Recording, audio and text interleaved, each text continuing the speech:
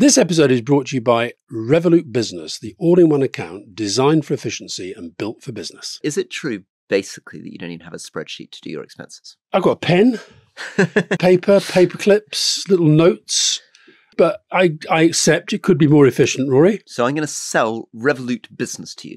Brings clarity and efficiency, works in over 30 different currencies, no hidden fees, smart spending tools. It is actually pretty amazing. And you can set card limits, you can automate your expenses. Basically, it does take the stress out of your financial woes. There's also a £200 welcome bonus if you're new to Revolut Business. So just open a Revolut Business account today by scanning the QR code on screen or using the link in the episode description. Add money to your account by July the 7th, 2025 and get a £200 welcome bonus. Feature availability varies by plan. Fees and T's and C's apply. Whatever stage your business is at. With Revolut Business, you're ready for what's next.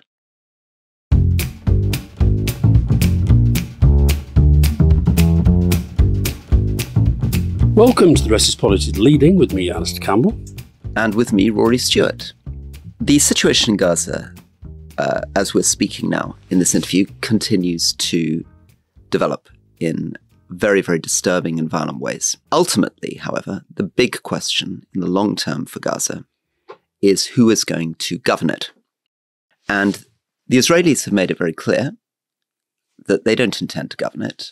And it's also clear that, from the point of view of Palestinians, some attempt to concoct an international administration would not be legitimate. Equally, a strong acceptance around the world that it cannot possibly be Hamas. So the question is, who could represent a Palestinian leadership? And the answer may be a man called Marwan Barghouti, whose son, Arab, is with us in the studio today. Marwan has been in jail now for more than 20 years.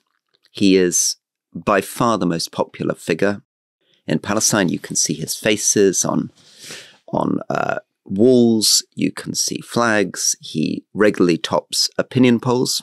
He was arrested during the Second Intifada, accused of terrorist attacks by the Israelis, which he denied, but he didn't defend himself because he didn't accept the legitimacy of the court. He's somebody who supported the Oslo Accords, whose son, Arab, will explain to us, remains a supporter of the two-state solution, and senior Israeli figures, including a former head of Shin Bet, have called for him to be released, for him to participate in elections, seeing him as the potential future of the Palestinian leadership. So an enormous amount to discuss, but welcome, Arab, and thank you for joining us today. Can I start with this, Arab? A lot of our listeners, not least because your father has been in jail for so long, probably won't know the basic story, his basic story. So can you, as his son, and somebody knows him, actually you don't know him that well, do you? Because how many times have you seen him in your life? I was 11 when he was in prison. And how many times have you seen him since then? You know, I would see him twice a month until I turned 16. Then after I turned 16, it's been like once every 2 to 3 years, the average. I haven't seen him in 3 years. Wow. And so just tell our listeners and viewers the basic Marwan Barghouti story. Well, the Marwan Barghouti story, in my opinion, represents the Palestinian story. Because here you have a kid who was born in a small village near Ramallah called Kobar in 1959. And then at the age of 12, his first encounter with the Israeli occupation soldiers was when he had like a small dog that my grandmother used to always tell me about. And the soldiers started mocking him and so on. So the dog attacked them, so they shot the dog. And she told me how he stayed, for a week near that dog grave. He didn't want to leave him and so on. So at the age of 14, 15, he started, like any other Palestinian kid, throwing rocks whenever he sees soldiers in his village. And he was arrested the first time at the age of 15 and then again at the age of 18. I remember a story that doesn't leave my mind, which is when the interrogators at the age of 18 came to him, they had him naked and then they kicked him in the groin. And they told him that a terrorist like you shouldn't be able to produce terrorists in this world. And then he stayed for 5 years in prison. Once he got out of prison, he proposed to my mother, who was from the same village. And he was very honest and told her that, listen, I'm not going to be a doctor or an engineer. I'm going to be a politician. And the politician in Palestine means that you're risking your life, literally. She told him, don't be selfish. Palestine is also mine, not only yours. So I'm willing to make the sacrifices. And he never managed to be present in any of our births. Like we're four children.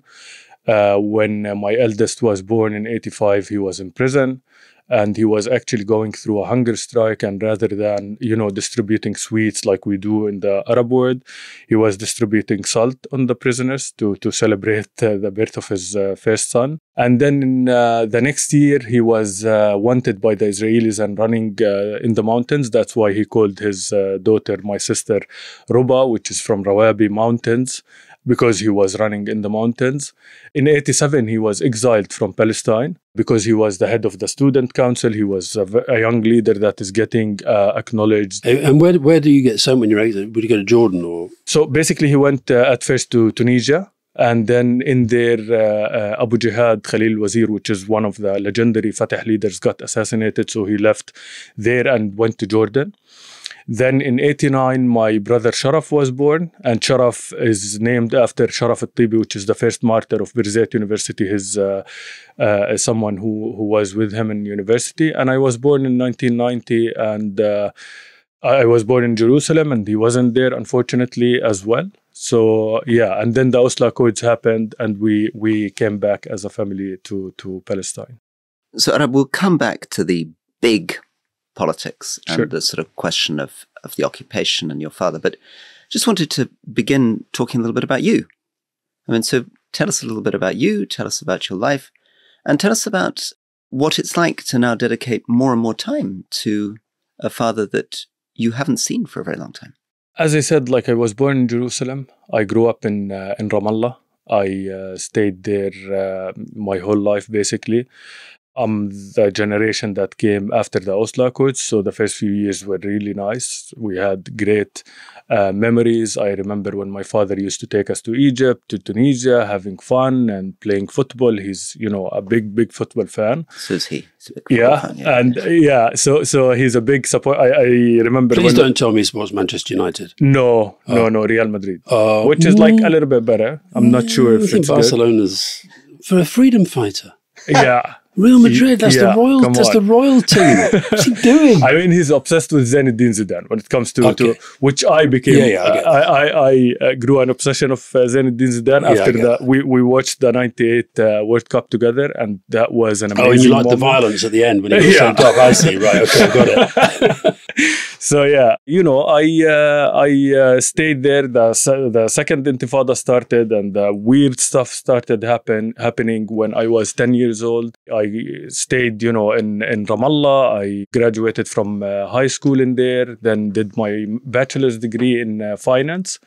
Worked as an investment analyst, did my master's degree in the US in finance as well. And then I came back, and I always say I would love to be, behind the computer and doing some spreadsheets, but I always end up talking about politics. Do you think in your personality you're a little bit more of a spreadsheet guy? Do you see yourself as a big extrovert politician or more of a kind of quiet business guy? I really like mental health stuff. I have degrees in life coaching and things like that. And I manage actually an academy for coding, because one of my missions is to make Palestine one of the tech destinations in the Middle East, and to create hope through tech. And I've been doing that for a few years, and it's so fulfilling. In politics, I think that sometimes you have to do it because you're Palestinian. You have to speak about politics. I have a father that I have a responsibility of representing him. I have a responsibility of representing the Palestinian political prisoners as well. Just give us a bit of a sense of how you see your own relationship with your father. I think for most people, it's very hard to imagine what it's like not really knowing somebody as well as you might, and yet taking on upon yourself this role of actually making sure that his image is there, that his ideas are there. How does that sort of weigh on you? And also tell us a bit about your mother as well. Listen, my relationship with my father is that he's my role model in life. He's a true great man. And I'm sure that, of course, I'm biased to him because he is my father. But I've never seen anyone like him. Whenever I see him in prison, which is rare, I go there and I prepare myself that, I need to give him some positive energy. He's in prison and so on. And it's always the other way around. It's always him giving me positive energy.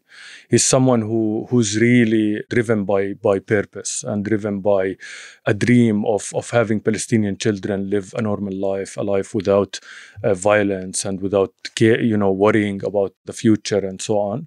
And his biggest pain is seeing me going through this at the moment and seeing the people of Gaza going through what they're going through at the moment. But to tell you about him, he's very present when I, sit with him. Even when I went to him while he was going through the worst interrogation tactics that I read about later on in his book, he was smiling. He wanted to make sure that... That's sort of forms of torture. That's what? Forms of torture. Yeah. So the forms of torture, they would make him sit on a chair with nails for 22 hours a day for 100 days in a row. That's the first when they captured him, and they put him in solitary confinement for the first 3 years of his prison. And myself and my 1-year-old older sibling were the only ones who were allowed, because we were less than 16, to see him. And it was mind-blowing when I learned about the tactics. There are tactics that they would deprive him from sleep, putting the speakers with the highest volume to prevent him from sleeping, the spotlight in his face, and so on. And yet I didn't see that. I didn't feel that when I went to see him. He was keen to make sure that I'm comfortable. He's smiling. I never, honestly, until today, I have never heard him complaining about anything in life. He's taking a responsibility of being a leader that represents the Palestinian people. And I think that he's doing an amazing job of instilling the great values in us as his children. Tell us a little bit about your mother. I always say if I need a few hours to talk about my father, I need days to talk about my mother. She's a true great woman. She's a leader in her own right. She's one of the founders of the women rights institution in Palestine. She's a lawyer. She has a master's degree in law. When my father was arrested, she had 4 teenagers that she had to worry about.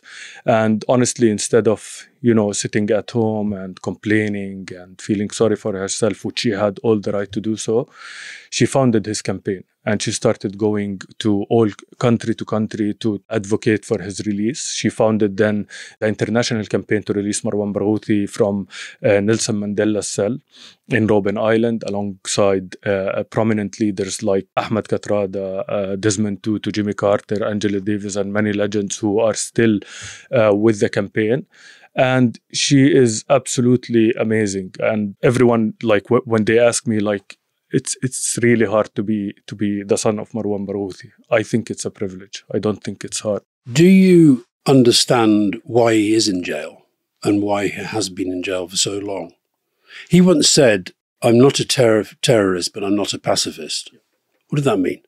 It means that my father, with all the suffering that he went through with his life, he came back to Palestine in 1994. He supported the Oslo Accords. He supported the two-state solution. And he used to say that Oslo is an opportunity that needs to be given an opportunity.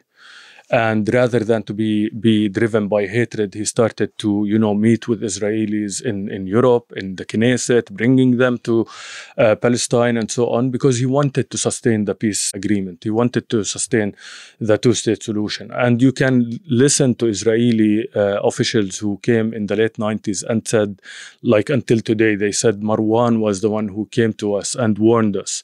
If you don't do something right now, things will explode. Because you need to remember, after the Oslo Accords, the Israelis did not commit to the Accords. The biggest proof of that is that the number of settlers, rather than decreasing, it doubled in those years. These were the worst years. And that's why the Second Intifada started. And he never shied away from his support of the Second Intifada. He's a leader. He's an elected leader. He had a role to represent the Palestinian people. And the Palestinian people were fed up of the occupation that's not ending. So to clarify, one of the things, I suppose, which is central to this is the question of peaceful resistance against armed resistance. And my understanding is that your father said that it was legitimate to attack Israeli soldiers and even settlers in the occupied Palestinian territories, but it was not legitimate to attack civilians in Israel. Was that the distinction? Does he still believe that? Has his mind changed? I think he's always been against targeting of civilians, regardless who they are, where they are. And he's been very clear about that on the record for many, many years. And my father believes in the right of the Palestinian people of struggling for their rights, according to the international law. Even the international law says that. And we have to decide either the West Bank and Gaza are occupied or not occupied. If they're occupied, then we have, according to the international law, we have a right of resistance. But I suppose there is a big question around whether actually mass nonviolent resistance would not be more effective. I mean, do you have a sense on this? Yeah. He wrote a piece that I really loved, one of the my favorite writings of my father. He said resistance is not only holding a weapon and going to war. Resistance is being a good citizen, is being a good teacher, a good farmer, is being a good Palestinian. And I think also he called for the people to go for nonviolence as a tool that we can use. And he called for it on the record in 2012 and so on. And the most important thing that he said is that it would be foolish to go for resistance and for struggling as long as you have an opportunity with political solutions. This is a story that we know through all sorts of resistance groups and terrorist organizations through the years, is that the expectation that you probably will spend quite a lot of your life in prison and how you use your time in prison. So your father learned Hebrew in prison, read the Torah in prison, and then I think on one of his sentences set up this kind of university. Yep. How did that work? So he's fluent in Hebrew. Like when I meet with the likes of Gideon Levy and others, they tell me he's better than me in Hebrew.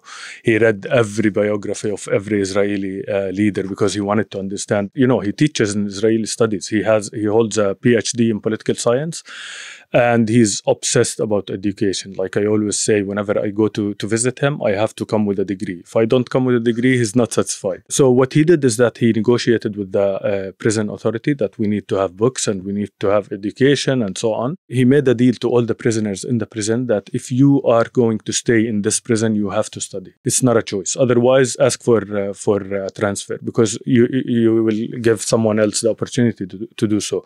He used to teach in Jerusalem University, so he sent his lawyer to negotiate with the head of Jerusalem University to give official degrees to these prisoners. And he started teaching them in Israeli studies, bachelor's degree and master's degree.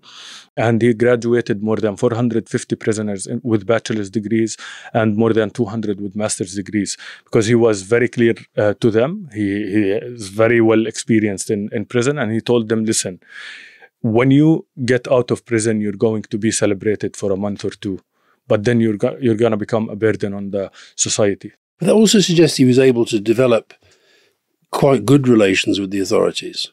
If they were allowing him to essentially to turn this into a college. Yeah, it wasn't like open. He was not allowed to talk about it. He was not allowed to even make a big deal about what he's doing. So he sometimes my father was sent to solitary confinement through the 23 years for 25 times. Whenever he goes with a public statement that they don't like, whenever he does something, they would take his books, they would take his education and so on. So it wasn't like he had a great relations with them, but he's a politician. He's a very good politician. He knows how to negotiate. He's very fluent in Hebrew. He understands Israelis more than anyone I know, including many of Israeli leaders right now. So he could pull that off.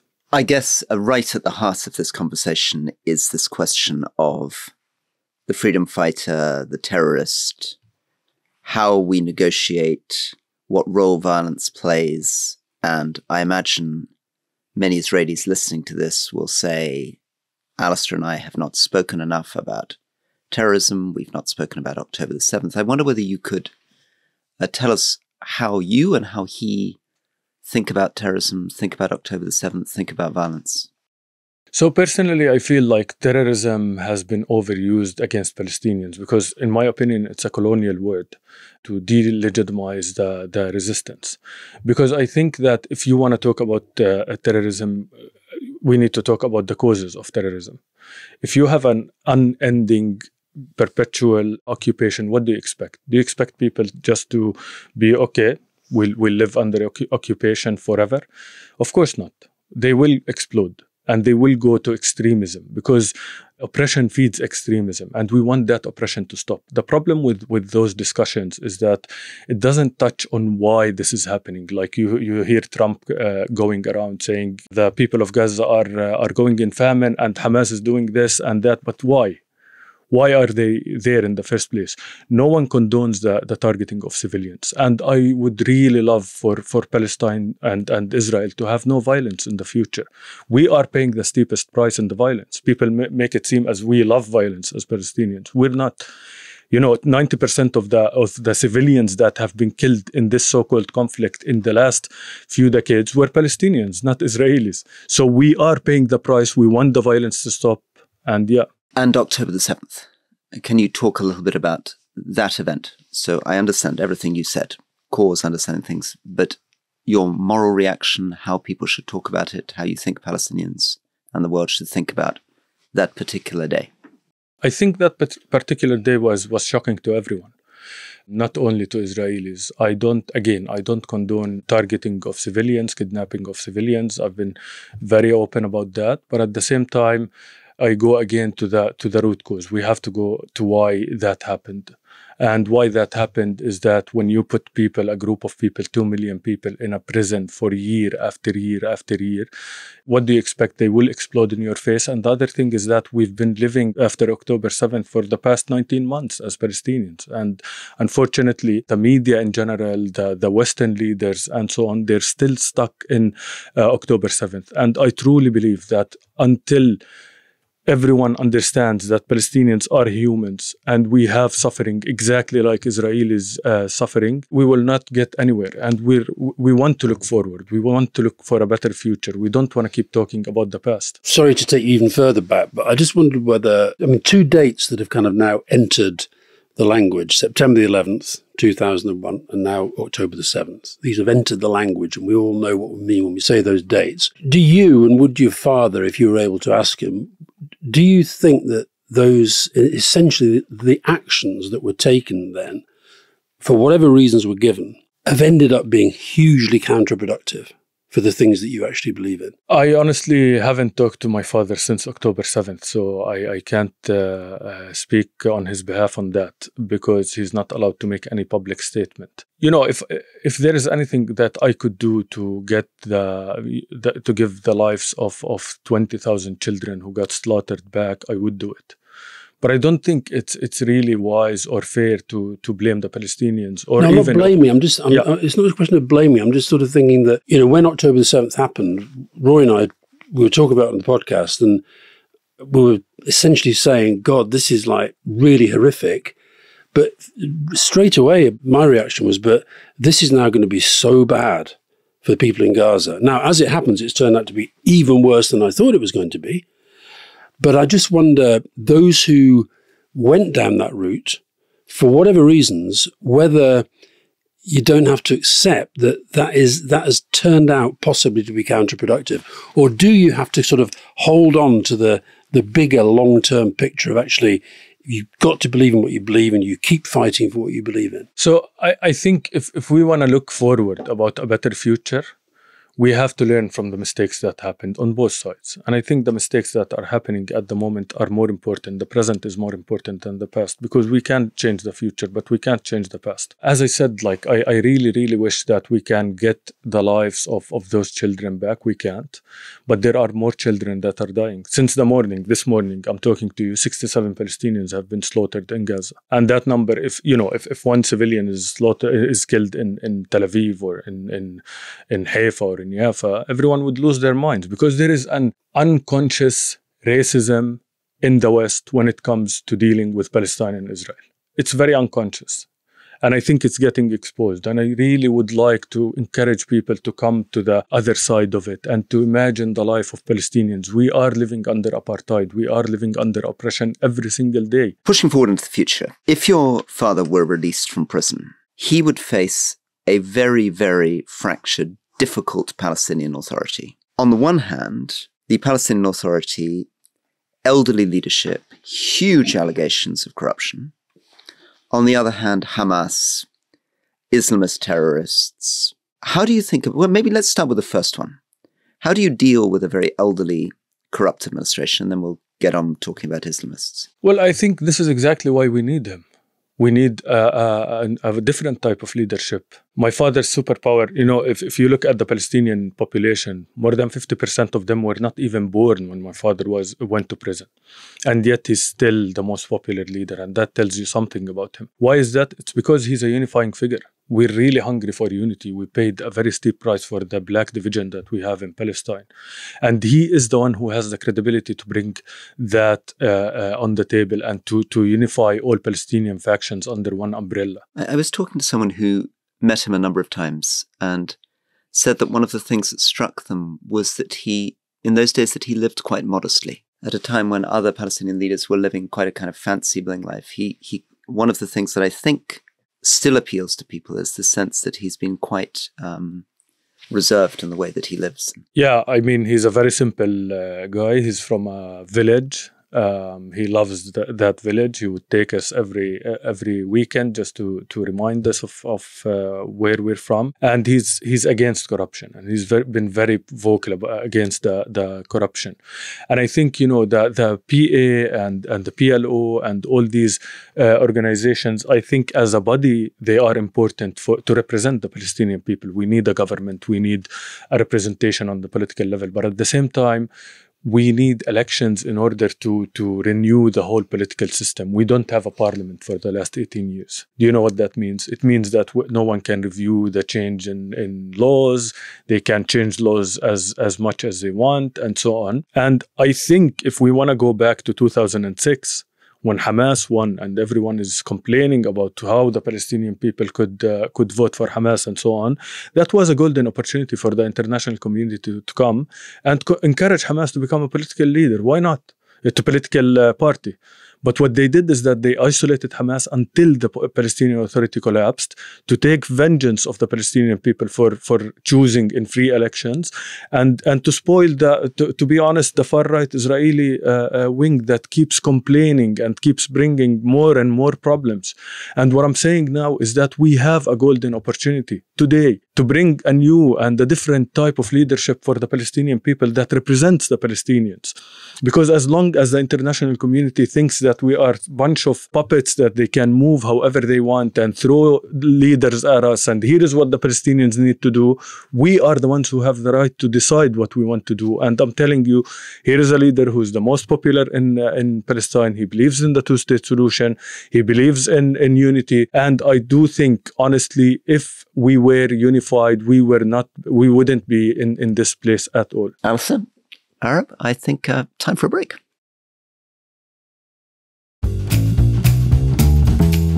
We had a situation in the UK recently where a guy who had been in prison for 38 years, and it turned out that the new DNA methods, they found out he was actually innocent.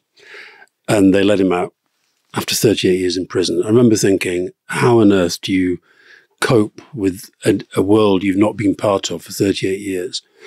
Now, your dad's been in prison now for 2 decades. Yeah. Does he psychologically understand? I know he understands the issues inside out, but the extent to which the world has changed.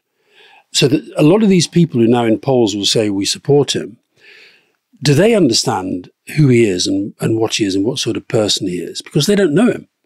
And I just wonder whether there's a danger that there's a sense almost of a mythology. Now, we have the Mandela experience where Mandela was in jail for 27 years and he comes out and he turned out to be this extraordinary leader. But do you have the confidence that he has the confidence to come out, if it did happen, and be the figure that in your mind you see him as? I have no doubt in that. And you brought up Nelson Mandela. And I think that many people have called my father the Palestinian Mandela. And the reason for that is that he is again, someone who has the credibility into bringing all the Palestinian into one political vision.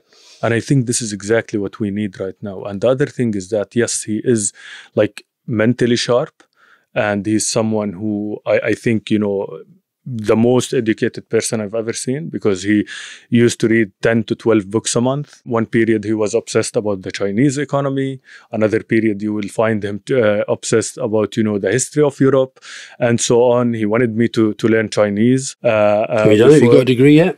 No, I can't. I told him I can't do Chinese. I compensate it with something else. But yeah, he's this type of a leader. He's a learner. He loves to learn. He listens more than he speaks. He is the true leader that you have in mind, and that's why people have named him the Palestinian Mandela. And for the Palestinians, I think with the work that my mother has been doing for more than 20 years and having thousands of volunteers and so on, people know him. And when in last year, end of last year, he's been assaulted and inside prison, and it went public, and we were overwhelmed by the hundreds and hundreds of calls from Gaza, calling my mother, telling her that, listen, I've lost everything. I can't lose the last glimpse of hope that I have in this life, which is this man to come and rescue us. And I know these are like unfair expectations of someone in prison. He doesn't have the magic stick, but I think he has the political credibility to bring Palestinians together so we can go to a better future. I mean, one anxiety, to return to Hamas, is that your father represents the last voice of secular Arab nationalism, and that in many, many countries around the world, that has become more and more Islamist. And Hamas is part of a representation of this, and we saw equivalents of this in Egypt, and maybe we're seeing something like this in Syria. Do you think it's possible to return to the older vision of a secular Palestinian nationalism, which is not rooted in the Islamist beliefs of Hamas? In 2006, one of my father's biggest political achievements is that he brought all Palestinian factions, including Hamas and Islamic Jihad, and they all together, they signed on the prisoners' document, which was the cornerstone for the Palestinian unity government afterwards.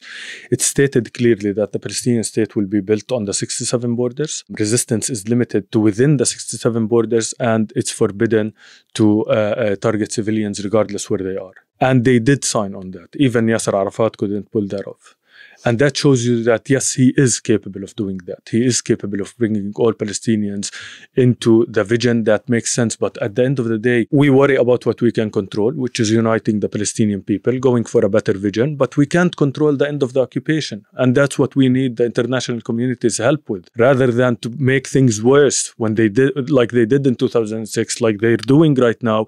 We're inviting them not to make the mistakes again, and to really help the Palestinian people in ending the illegal occupation. We have to be clear. If there is an illegal occupation, we need to stop complaining about everything else, and we need to move forward. And moving forward will need forgiveness from Palestinians way more than Israelis, because we're getting hurt way more than Israelis.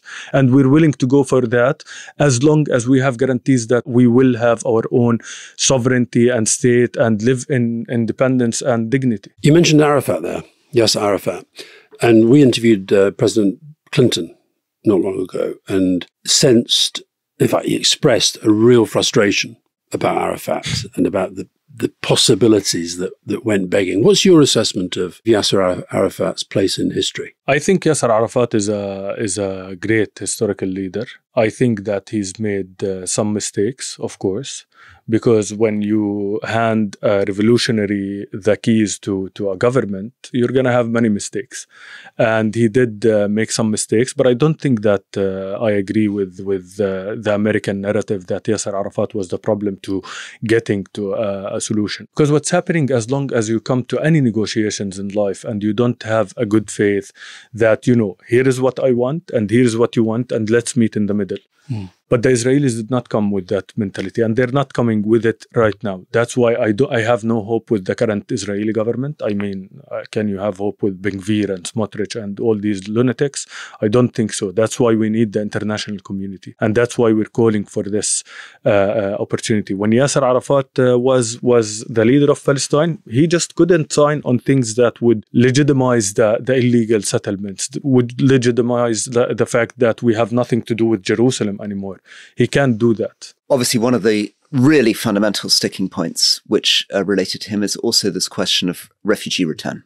Because again, to explain to listeners, it was very more than familiar for you, but for listeners, for Israelis, leaving the occupied Palestinian territories is one thing.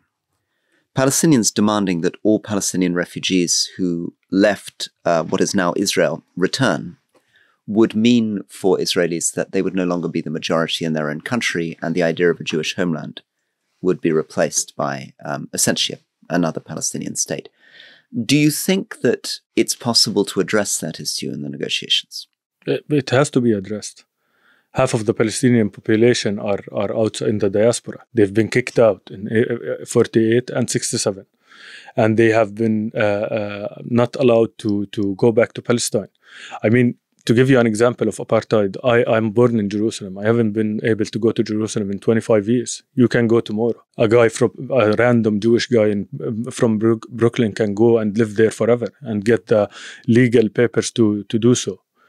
How fair is that? And I think that if we can't address the difficult questions, listen, I know this is the most complicated maybe issue in modern history. Jerusalem or the whole situation? Yeah. Jerusalem's quite complicated. Oh, yeah. That's like at the heart of the complication. But I think we have to start somewhere. If you look at, Northern Ireland, the Irish experience, South Africa, Algeria, all of these countries, we learn from history, and we have to get to a place where we can meet in the middle. You can't tell me that Palestinians who lived for century after century are not allowed, while European Jews can easily go and claim their citizenship in Israel. That's not going to work. We're talking not long after President Trump was in the Gulf states, and I think one of the most extraordinary things was this meeting he had with the new president of Syria, Ahmed al-Shara, who Rory and I met a few months ago. Did that give you hope? The fact that there's this guy who was not long ago was one of the world's most wanted men. And I remember when we talked to him, he was basically saying, the kind of the big dream long in the distance is the Americans lifting sanctions. And there's Trump not long afterwards saying, and give them a go. Very strange, because obviously the fact that we interviewed him, immediately people said, what are you doing? You're meeting a terrorist. Now Donald Trump is meeting him, and people are not asking the same question. Listen, I always say that Trump's unpredictability is an opportunity. And I really hope that Trump comes to a point where he's tired of the current Israeli government, because it's very obvious they don't want any solution. There you have a man who speaks of the two-state solution, who speaks of long-term peace, living side by side with the Israelis, and he's been in solitary confinement for the last 19 months. While you have Netanyahu and Smotrich and Ben-Gvir, and they're very public about their refusal of saying that Palestinians have a right of self-determination. They're open about their plans of ethnically cleansing the Palestinian people, and they're being welcomed in European and American cities like their heroes. And I think that needs to change, and I see that Trump is the only one with his unpredictability who's capable of doing that. He's capable of getting to somewhere that, listen, I'm sick of this. We need to get to an end of the human suffering in Gaza. Thousands and thousands of people are going through famine as we speak.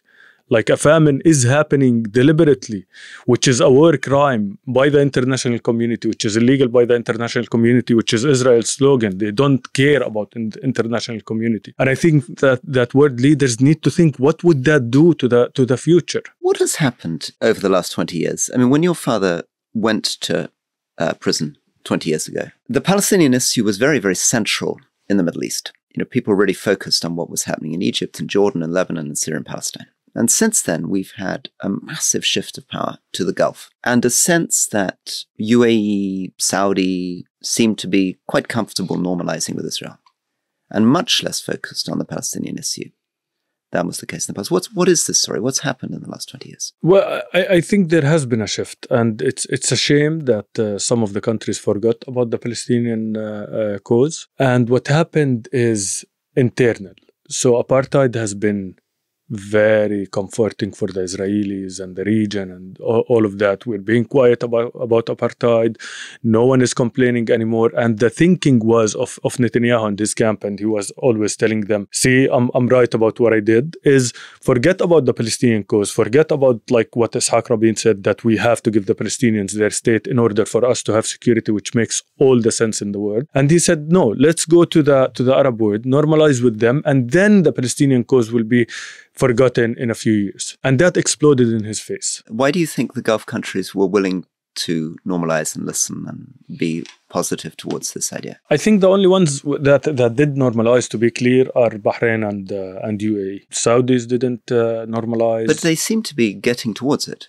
But I think they made it very clear that their condition for normalization is the creation and establishment of the Palestinian state. So what was happening in places like UAE? Why were they prepared to change position on this? I don't know why, honestly. I think it's... and was it a big blow to the Palestinian cause? Yes, 100%. We felt betrayed when that happened. Because all we're asking for is that if you want to normalize, at least have the condition of the Palestinian state. As Arabs, we have the Arab nationalism. My name is Arab. My father named me because he feels that he's loyal to the Arab nationalism and so on.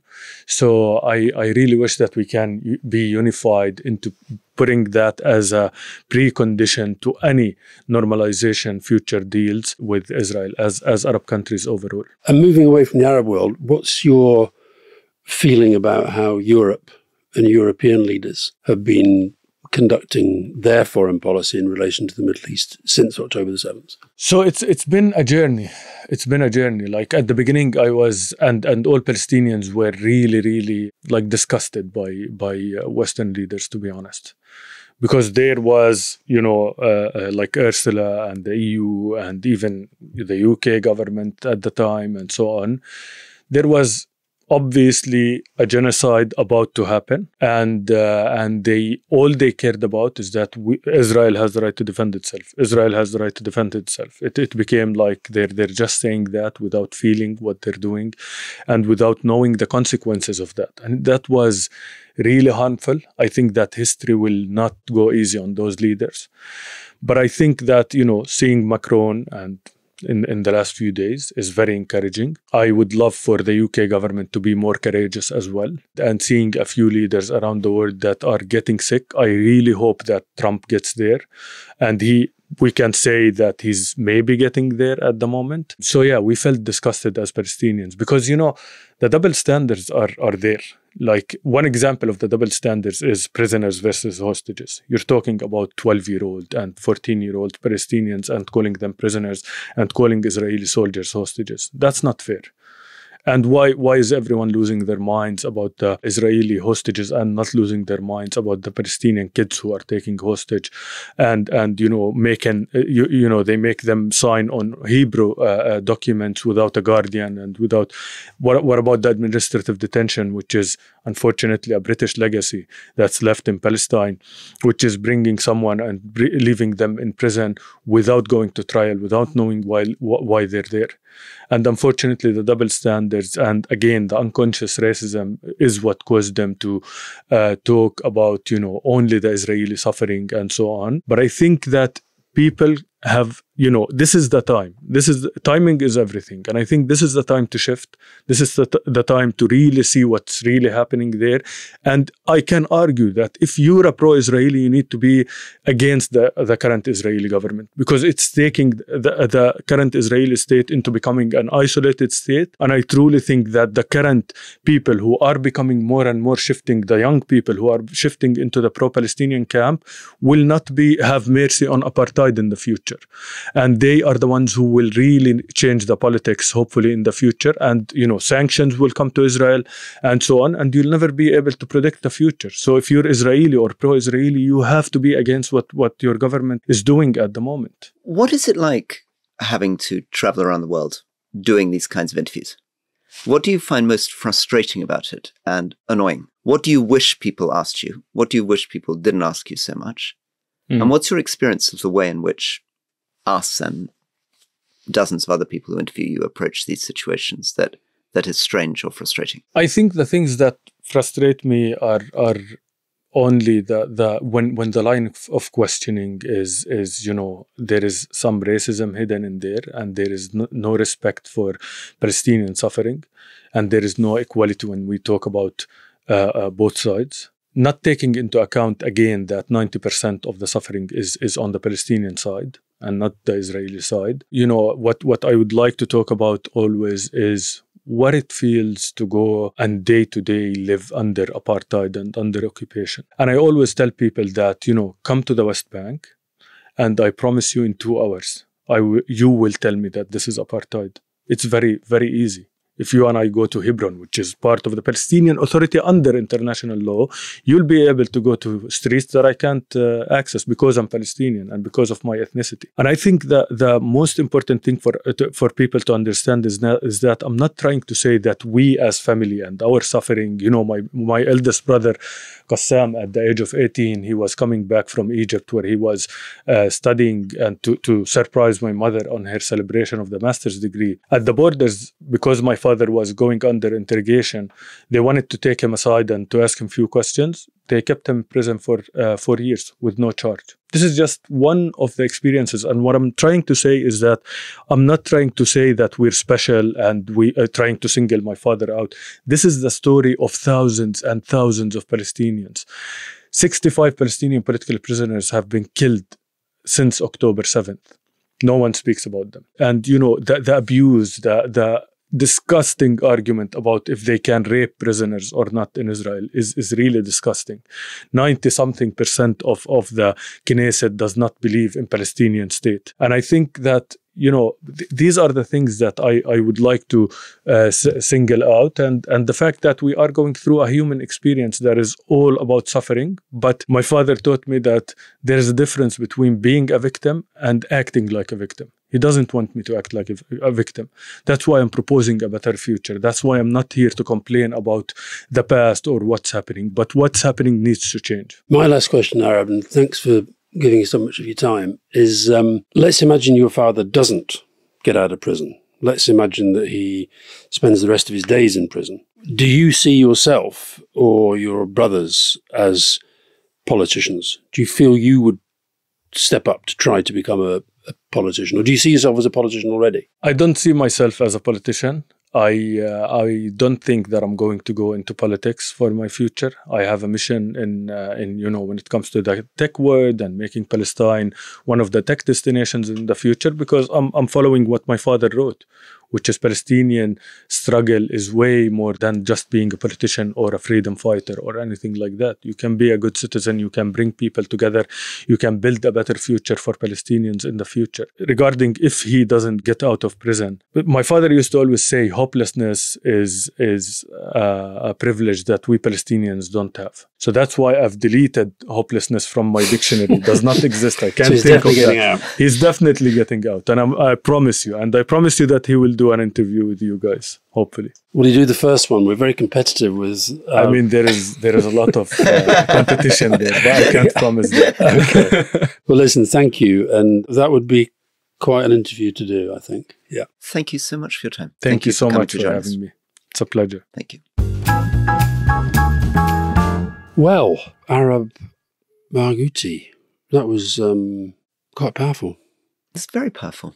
And I do agree with him that the focus on the optimism is really central to the whole thing, that moving the story onwards to hope and to try and talk about a two-state solution. Now, there's one thing there, though, that is obviously a really big problem just on that, if I'd pushed harder, which is that most people I know from the international side who's been involved in the two-state negotiations think the demand for refugee return into Israel proper cannot happen. It doesn't matter whether you're talking Oslo or you're talking some future deal.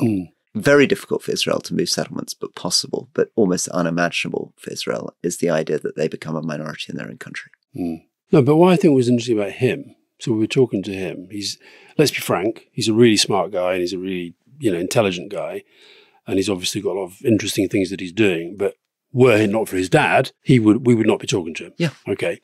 So what I think he is doing is talking about his father and keeping this sense of there is somebody currently in jail who actually could speak to what the international community says it wants, which is a two-state solution, Israel and Palestine living next to each other in peace. And I think on that, he was compelling. And I think it's a bigger story, isn't there, which you'd know much more about than me, which is actually the story of families talking for others. I mean, we had it with Navalny's family, or a great example of a family continuing to campaign after Alexei Navalny was, well, first when he was in prison and now he's dead. Then when he's killed. But I think there's strong traditions there, aren't there, in Ireland and South Africa and many other places. Because you have lots of the key figures in this, Mandela being the most obvious example. Marwan Barghouti is sometimes compared with Gerry Adams. Yeah.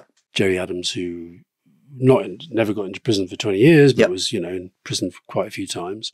And I do find that thing extraordinary, is on the one hand, they're in prison because the authorities want them kept out of circulation, sometimes to stop them being effective. Yeah. And yet somehow he's in prison and turning the thing into a kind of college. And of course, what happened a lot with Irish terrorism, a lot of the terrorism techniques were discussed and developed and honed by people who were in prison. So I find him, look, he's a fascinating story. I think it was The Economist who said he's the world's most important prisoner. And it is interesting to have that sort of thing on your shoulders when actually you don't know if you're ever going to get out. You don't know whether you're going to die in prison or not. There's an issue which I guess I have to return to, which is to try to think about the position of an Israeli listening to that interview. And my sense is that what they would say is this man was convicted by an Israeli court, that he was clearly associated with the armed resistance. He got 5 life sentences plus 40 years. And they would say he's a terrorist. And they would also say that we are underestimating the sense in which many Israelis feel that there is no security for them. And that October the 7th revealed to people, and I think it's the way in which people feel about it, that it's revealed to them that there were people out there who really wanted to kill them all.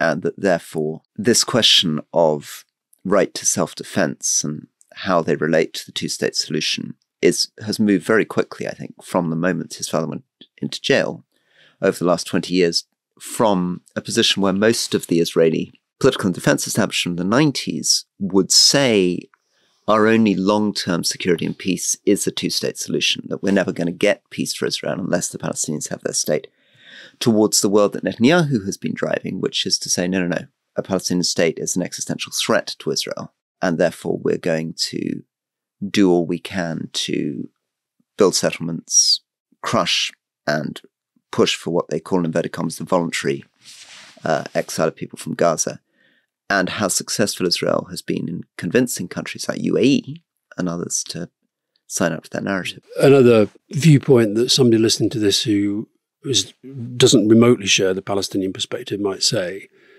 is that we've talked to now him, recently talked to Al-Shara, as we discussed, talked to Francesca Albanese, who's got very, very strong views on this issue, talked to the Palestinian ambassador in London, and we haven't had so many. On the other hand, just to push back for a second. No, let me just finish. Yeah. So we have had Yuval Noah Harari, we've talked to Ehud Olmert, and the truth is we have tried. Talked to the former Israeli National Security Advisor. We talked to a Mossad guy, but we have been clear with the Israeli government that we really would like to talk to somebody senior from the Israeli government, but not if they're just going to come on and shout talking points at us. I actually thought it was interesting. You said this as Arab was leaving, that form of communication where, as you say, he's not accepting hopelessness.